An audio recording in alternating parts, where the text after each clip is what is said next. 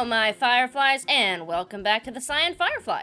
It's Azilie again, and today we're going to give you the TLDR on Artery Studios' Secret of the Magic Crystals. Artery Studios is a Hungary-based independent game developer with 2 other titles in his repertoire, as well as a rather distinguished art portfolio for other titles such as The Witcher 2, Driver San Francisco, and the Need for Speed Hot Pursuit and Underground.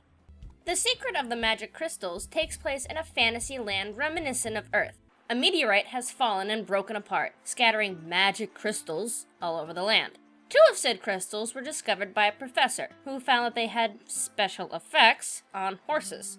Mocked out of his career after trying to prove this theory, the old professor gave the 2 crystal shards to his grandchildren, hoping they will take over his dream of discovering the true power of the crystals, and in turn find the remaining shards. He then disappears, leaving 2 little kids in charge of a massive horse breeding farm. Gameplay in The Secret of the Magic Crystals takes place as a horse raising simulator. You start off with a colt that you must brush in order for it to mature.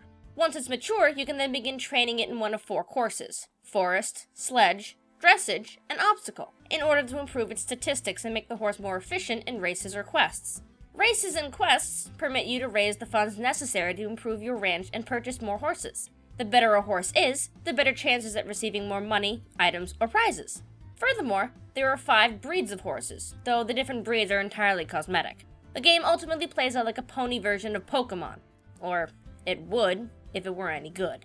To start, gameplay is minimalistic to say the least. You click your mouse to enter a building, find secret items, or tend to the horses. Mini-games play out like beat puzzles that don't follow any rhythm of the in-game music and are slow, repetitive bits of gameplay that only increase in difficulty depending on the horse's level. Quests and races aren't actually playable.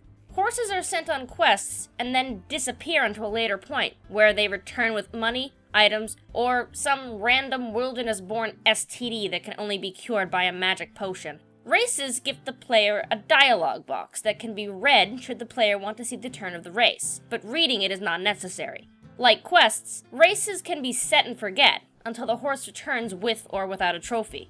I hesitate to even call this a game, as it has very few gameplay elements to begin with. Its one redeeming factor is its art style, namely for the horse designs. Unfortunately, that is the extent of the aesthetically pleasing qualities to the game. The foreground elements are poorly textured and don't blend well with the actual ground, and the background elements like the forest seem to be sloppily rendered. For that matter, the skybox only ends a few feet from the actual action of the game, being equal parts crudely done and distracting. The farther the camera is away from things, the better the texture quality appears, but the closer one is to certain elements of the game, the uglier it is. Design-wise, the game has a great deal of promise, but it is, unfortunately, a turd in much need of polish. Perhaps what makes this game most insufferable is the amount of time it would take to complete one single playthrough. In order to meet the endgame requirements, you need to raise 5 level 5 horses, which can only be done by breeding horses of lower levels together. Each horse can only be bred 1 time. So for example, in order to get a level 2 horse, you need to breed 2 level 1 horses together. To get a level 3 horse, you need to breed 2 level 2 horses together. In total, you need to raise 80 horses. Putting into consideration the limited space of the barn and how slow the gameplay is, this leads to a very frustrating experience. In order to even get that far, you also need to upgrade a fair number of the building structures to level 5 just to make the breeding side of things even possible, and to unlock the ability to just search for the magic crystals, of which there are 30.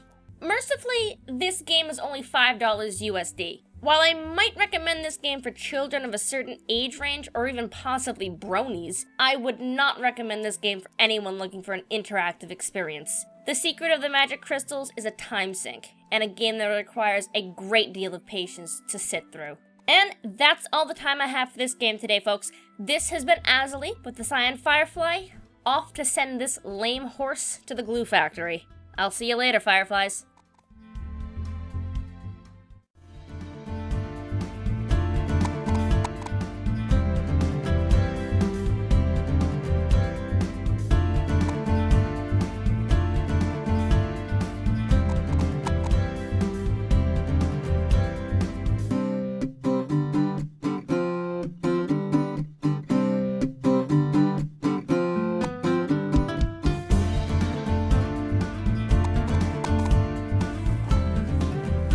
boring.